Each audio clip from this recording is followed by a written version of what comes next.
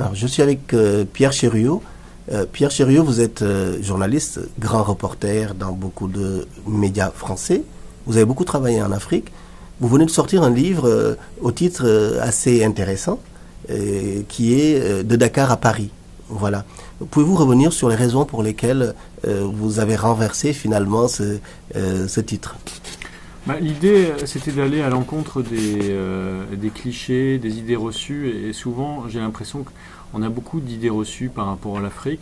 Parce qu'en tant que journaliste, on passe très peu de temps en Afrique. Il y a de moins en moins de correspondants permanents en Afrique. Il n'y en a même plus pour la presse écrite sur le continent. Et ce qui se passe, c'est quand un journaliste a la chance d'aller sur le continent, il va passer au maximum une semaine dans un hôtel de luxe ou de semi-luxe où, au fond, il sera coupé du pays réel. Il n'aura pas vraiment de contact avec les populations. Il aura surtout des contacts avec certaines élites locales. Et au fond, les journalistes connaissent mal les pays africains. Souvent, je pense à la phrase de l'écrivain suédois Henning Mankell, qui est connu pour ses romans policiers suédois, mais qui ne sont pas forcément la partie la plus intéressante de son œuvre. Je préfère ses romans qui se passent en Afrique, parce qu'Henning Mankell vit la moitié de l'année au Mozambique, et quand la presse française lui demandait ce qu'il pensait de la façon dont les médias parlaient de l'Afrique, il a répondu qu'au fond, avec les médias occidentaux, on sait tout sur la façon dont les Africains meurent, mais rien sur la façon dont ils vivent. Alors il exagère un petit peu, on ne sait pas tout sur la façon dont les Africains meurent, mais on sait surtout des choses, en effet, on sait très peu de choses sur la façon dont ils vivent. Et moi j'avais envie d'aller à la rencontre des populations africaines.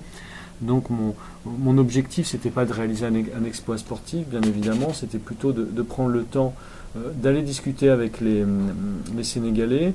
Je dormais chez l'habitant. Alors dormir chez l'habitant, c'est pas simplement pour faire gadget, c'est aussi parce que quand on dort dans un quartier, on comprend mieux le quartier. Par exemple, quand je suis à Thiès, dans le quartier Hersent, j'ai une vision différente de celle que j'aurais de la ville en tant que journaliste qui aurait été juste dans le centre-ville.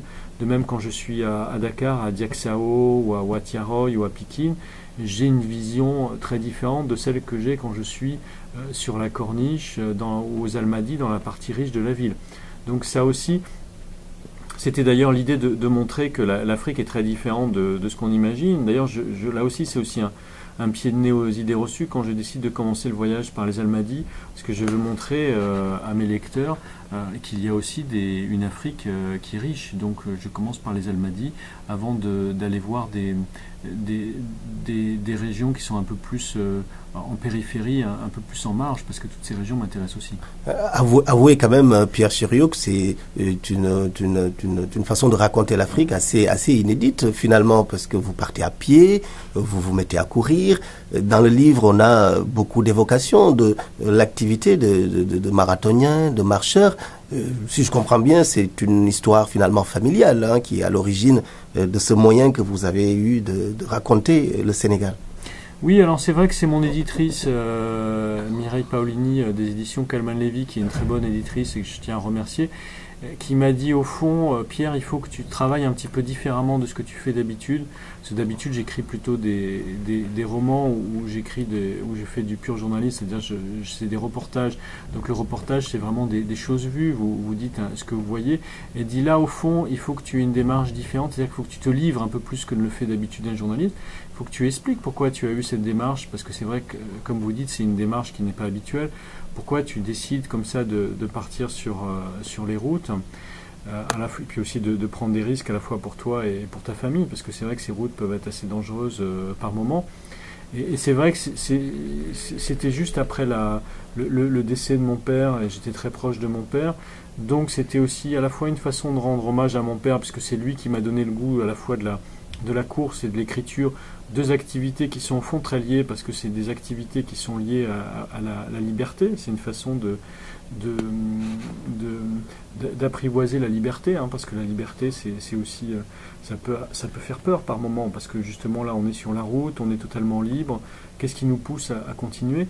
Donc c'est une façon d'apprivoiser la liberté. Et puis c'est vrai qu'aussi, après la mort de mon père, d'une certaine façon, j'avais besoin de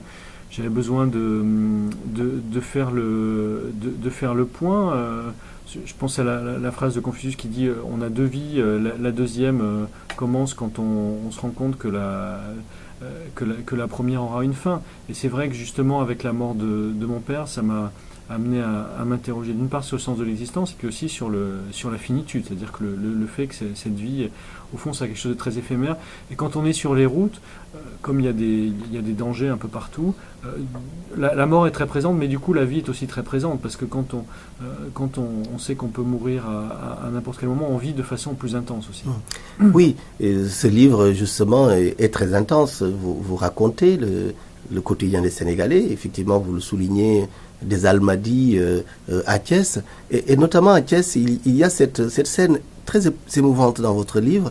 Vous racontez cet enfant, cette petite fille, je crois, qui criait, qui pleurait, et sur lequel personne, finalement, dans la société sénégalaise, en tout cas dans la société thiessoise, ne semblait accorder de l'attention à cet enfant-là qui souffrait. Oui, parce qu'au fond, c'est vrai que je pense que c'est un enfant qui, selon toute probabilité, était un enfant qui souffrait d'autisme.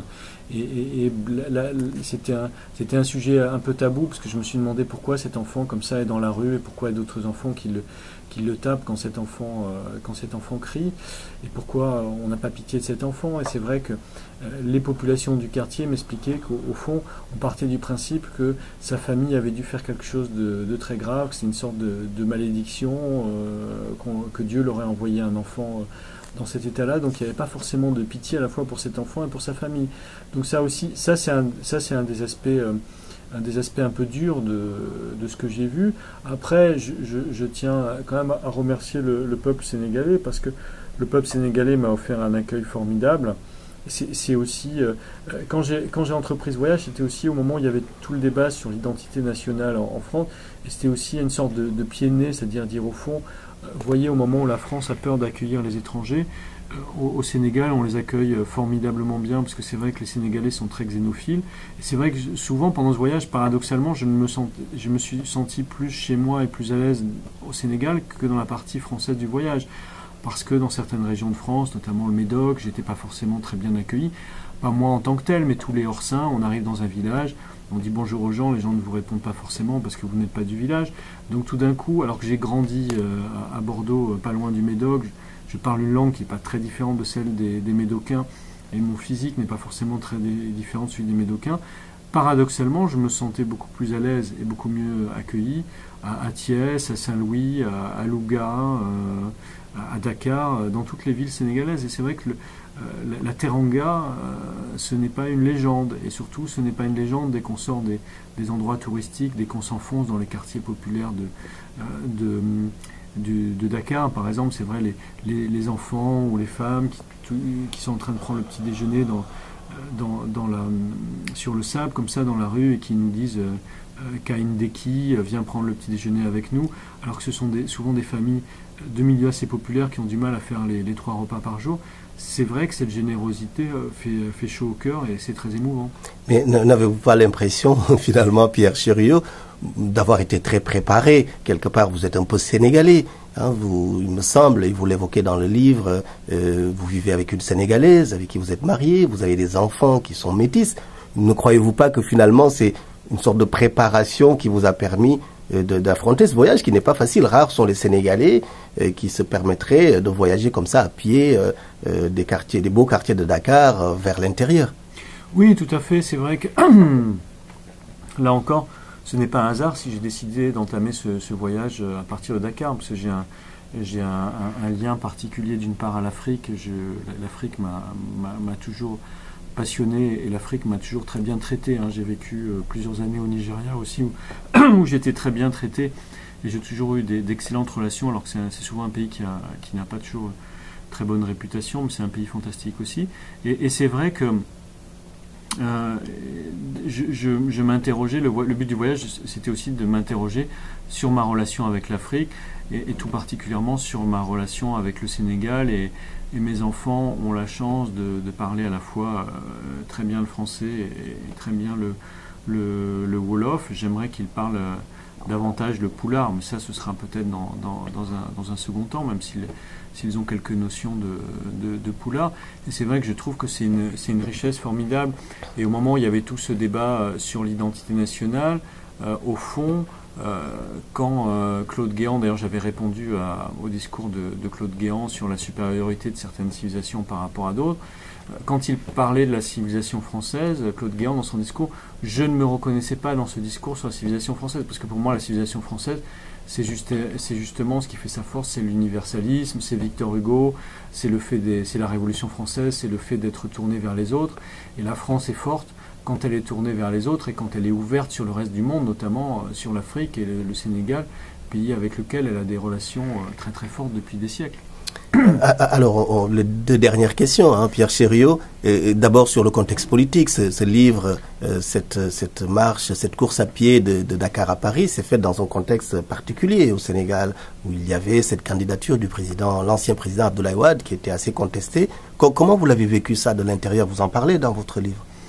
C'est vraiment des événements historiques parce que, encore une fois, le Sénégal était en avance par rapport à d'autres pays. C'est vrai qu'on a vu à travers cette élection une formidable mobilisation de la société civile. Et c'est vrai que quand le président Wade a voulu modifier la Constitution pour permettre sans doute sa réélection plus facile et éventuellement une succession familiale, il y a eu une formidable mobilisation notamment de la jeunesse sénégalaise, mais pas que de la jeunesse sénégalaise d'ailleurs. Et la société sénégalaise a montré qu'il fallait compter avec elle. Il y a aussi des militaires qui ont pu se mobiliser pour empêcher des fraudes électorales. Il y a aussi des femmes, des intellectuels. Et donc ça a montré la maturité de la société sénégalaise. Ça a montré que la démocratie, les concepts d'état de droit et de démocratie sont pas simplement des concepts complètement artificiels en Afrique, comme on le dit souvent, une importation occidentale. Non, ça montre qu'il y a vraiment une volonté de se battre pour imposer une société plus démocratique et aussi une société plus juste. Donc j'ai vécu ça avec beaucoup de plaisir, même si pendant longtemps on ne savait pas de quel côté ça allait basculer, hein, puisqu'il y a même des journalistes français qui ont dit, on ne citera pas leur nom, mais il y a des journalistes français qui ont dit je ne vais pas couvrir la présidentielle sénégalaise, puisque de toute façon on connaît le résultat d'avance, Abdoulaye Wade va être élu au premier tour. Eh bien non, ça ne s'est pas passé comme ça, et c'est vrai que c'est un message d'espoir pour toute l'Afrique. Alors, en parlant de message d'espoir, on va en terminer là. Vous savez que Barack Obama est actuellement à Dakar, au Sénégal, pour la première visite en pays francophone africaine. Qu'est-ce que cela vous inspire? Je trouve que c'est un très beau symbole parce que c'est une récompense justement du travail démocratique du Sénégal. C'est-à-dire que au fond, le Sénégal n'est pas forcément le pays qui pèse le plus économiquement en Afrique de l'Ouest, mais c'est un pays phare de par ses institutions démocratiques. Et lors de son précédent voyage, Barack Obama avait dit, son discours au Ghana, qui était très important, avait dit l'Afrique n'a pas besoin d'hommes forts, mais a besoin d'institutions fortes. Et c'est vrai que c'est ce qu'est en train de montrer le Sénégal. Et au fond, ce qui est intéressant aussi, c'est de voir que le président Macky Sall est le premier président du Sénégal aussi qui est né après les indépendances. Donc au fond, on a vraiment une nouvelle Afrique qui émerge. Très bien. Merci beaucoup Pierre Chériot. Merci à vous.